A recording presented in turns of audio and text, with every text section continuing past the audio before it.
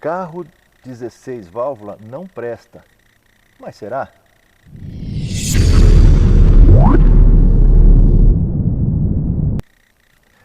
Bom, pessoal, na verdade não sou eu que afirmo isso. Alguns clientes meus afirmam que carro 16 válvula incomoda demais. Vamos entender o porquê dessa afirmação. Meados da década de 90, a Fiat vai lá e lança Palio 16 válvulas, toda a família Palio, né? Já existia Tipo e Tempra, que foram produzidos mais ou menos no mesmo período, enfim, que tiveram um desempenho bom. A dona Volkswagen, meio atrasada, tal, lança o Gol, né? Lança o Gol 16 válvula, com uma série de deficiências de sensores, atuadores, TBI, a própria engenharia do motor não era legal. A Fiat dava problema? Dava, mas aí a gente vai entender o porquê que dava problema. Mas o Volkswagen deu uma queimada geral no mercado, tá? E por quê?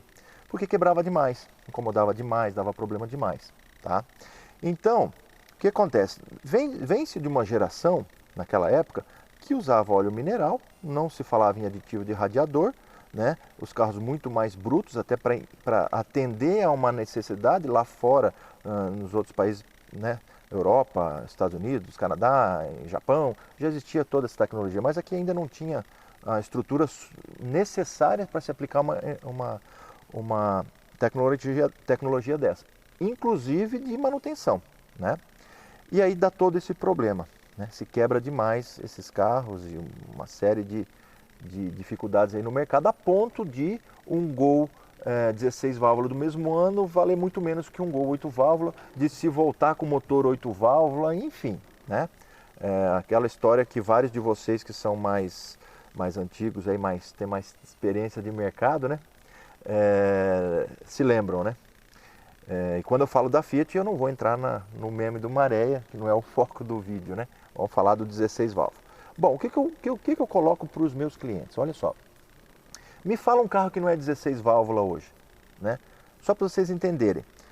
Esse é um cabeçote 8 válvulas, tá? Duas válvulas por câmara de explosão, né?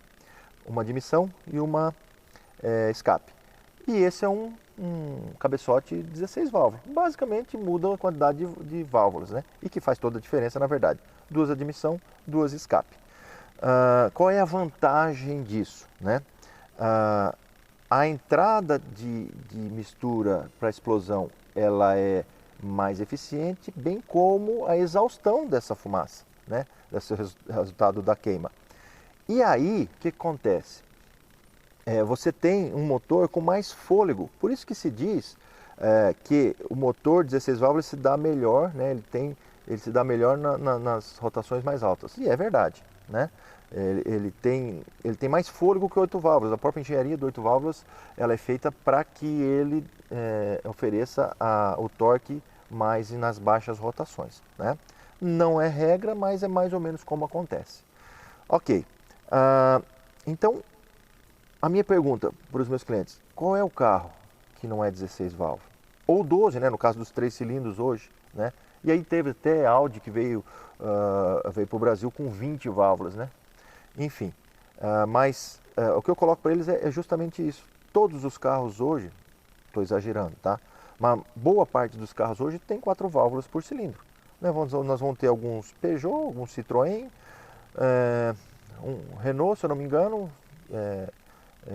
se ainda existe no mercado, né? Saveiro, acho que ainda sai por pedido ou para a empresa 8 válvulas, mas a maioria já está saindo 16, né? Então, são carros que a linha Fire saiu, então pouquíssimos carros com 8 válvulas por cabeçote, né? Então, por que hoje é tudo 16 válvulas? Uma que a engenharia ela é mais propensa a aplicar o 16 válvulas pela melhoria do desempenho do carro, né? Ele tem mais fôlego, nos turbo alimentados, né? Você consegue ter mais eficiência no enchimento desse cilindro, explosões mais eficientes, mais fortes, melhor desempenho do carro, né?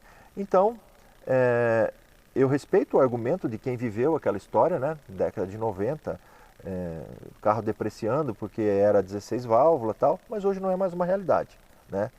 Hoje a realidade é: carro 16 válvulas é muito bom, tá? Atende bem, manutenção baixou muito, que naquela época também o preço da manutenção daqueles motores também era um impeditivo à aquisição daqueles carros, né? A consciência do brasileiro vem mudando, vocês veem no canal aí, constantemente eu falo da manutenção preventiva, né?